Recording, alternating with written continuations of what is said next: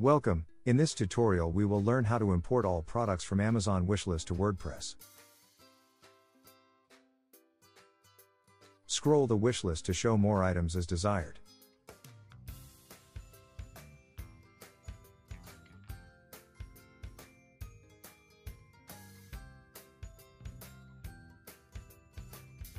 Right-click on any part of the page, then click Inspect. Scroll to the HTML element, then right-click and copy element.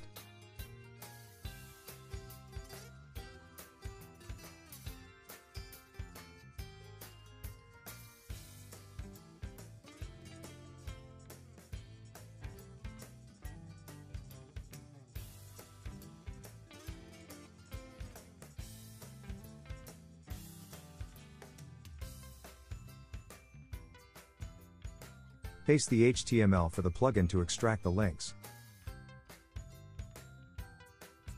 Hit Publish.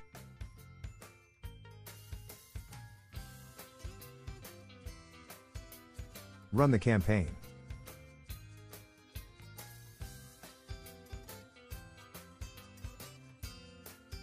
Products extracted successfully.